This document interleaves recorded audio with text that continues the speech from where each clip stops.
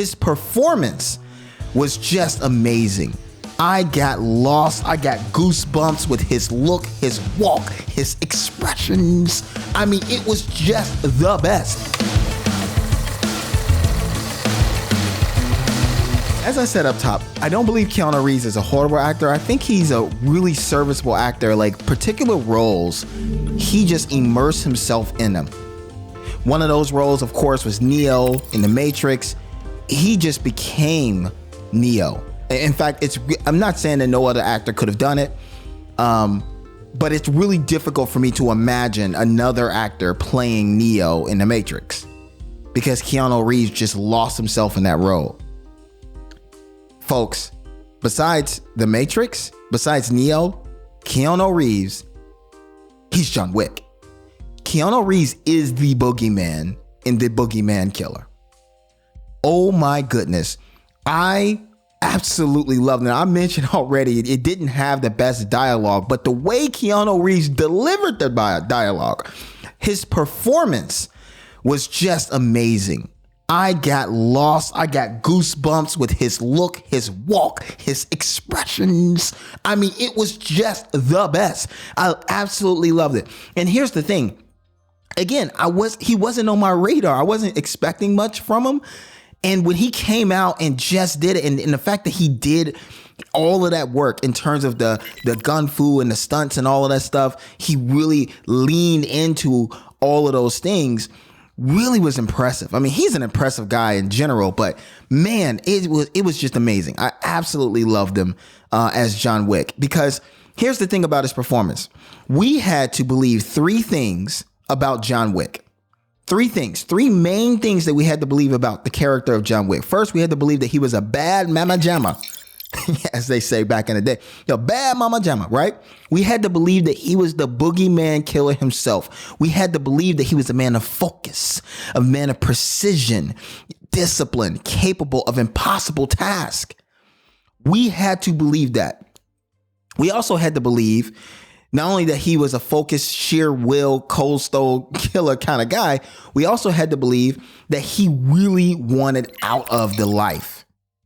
We had to believe that he didn't want to have anything to do with the business. He didn't want to have anything to do with the business.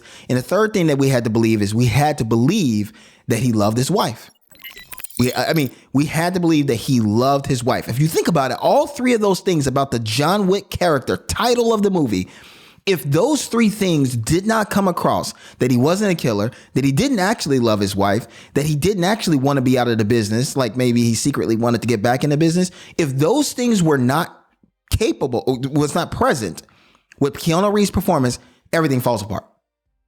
But it didn't. The way he emoted, I felt like he really loved his wife.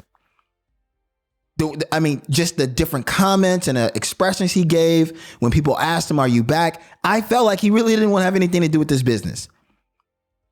And then of course, in terms of the Stone Cold Killer, folks, it is showcased throughout the entire film. The dude is the John Wick Stone Cold Killer. So he did a great job. So Keanu Reeves, definitely one of the up. Another up is Michael Nyqvist. I hadn't seen Michael in anything. The guy who plays Vigo. As Vigo, I thought he did a great job opposite John Wick. In fact, if you think about it, he had a tough job as well because there was at least two things you had to believe about Vigo, about his character in order to really come across as believable. Again, immersing us into this world that they've created. The first thing is that you had to believe that he was this terrifying mob boss, right? You had to believe that this guy was in charge, that he commanded an army at his fingertips, right? That he was somebody to be feared. But then right along with that, you also had to believe that this character feared John Wick. So how do you have a character that is this terrifying mob boss in charge, but also someone who is terrified of the boogeyman, the Baba Yaga? How do you do that? Well, folks, this is how you do it with Michael Nyqvist. He did a great job. he really showed us the emotions, just the little expressions that he would have, like with that phone call that was also in the trailer. You remember that? The phone call where, he was like, "Hey, I heard you struck my son." Can I ask why? Well, sir, he stole John Wick's car and killed his dog. Oh, that was just give him an Oscar. That was great. I think that was just amazingly fantastic. Michael Nichols did a great job. Ian McShane as Winston. He's the great Ian McShane. I mean, what else can you say? He did a great job. I mean, when I saw that Ian McShane was in the trailer, that he was in this movie, I wasn't sure how much of Ian we were going to get. But man, he was amazing. I absolutely love Winston. His character really brought a different element. And if it wasn't for Winston's character, if it wasn't for Ian McShane and the way that he performed, the world of the Continental and everything would have come across a little bit more flat. So Ian McShane really pulled that through. Lance Reddick as the hotel manager. Nice to see you again, Mr. Wick. Yeah, I love it. He did a great job. Again, another character that added off the elements, but the way that Lance played him really, really leaned. And then, of course, for me on the up is William Dafoe as Marcus. Now, William, he didn't really have a lot of interactions and dialogue, but he had enough peppered throughout the movie, right and leading up until his death. And so it was really amazing kind of seeing a different angle, a different type of personality. You also have Miss Perkins, you have these different personalities within this criminal underground, these different type of hitmen and women. I thought that William Dafoe did a great job as Marcus. So those are all of the up, but I got to give you the down. Guys, listen, Alfie Allen as Yusuf, I'm sorry. Just no, he didn't do it for me. His performance, I felt, was overperformed. I felt he really played up the part, and he was just annoying. I mean, look, I know what you guys are going to say, but Trey, his character is supposed to be annoying. I get it. His character is supposed to be annoying, and he was really good at being annoying. Here's the other thing, though. His friends, the two doofuses, they also were annoying, but they didn't bother me. Their performance, I felt like, was a little bit more mellowed out to a realistic level. But, standing alongside all of these great performances, I'm sorry, Alfie Allen's performance really brought it down for me.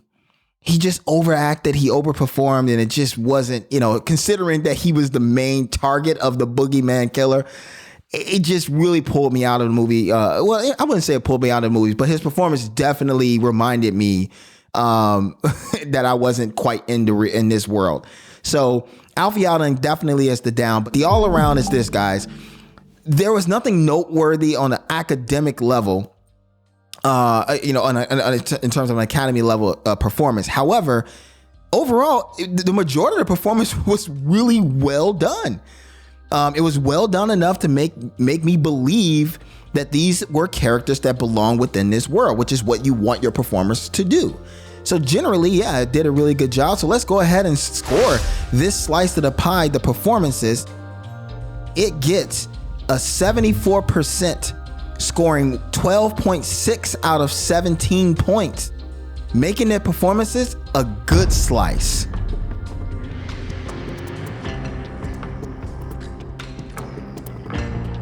Peace in, my friend. You just finished watching a segment of a Movie Pie episode.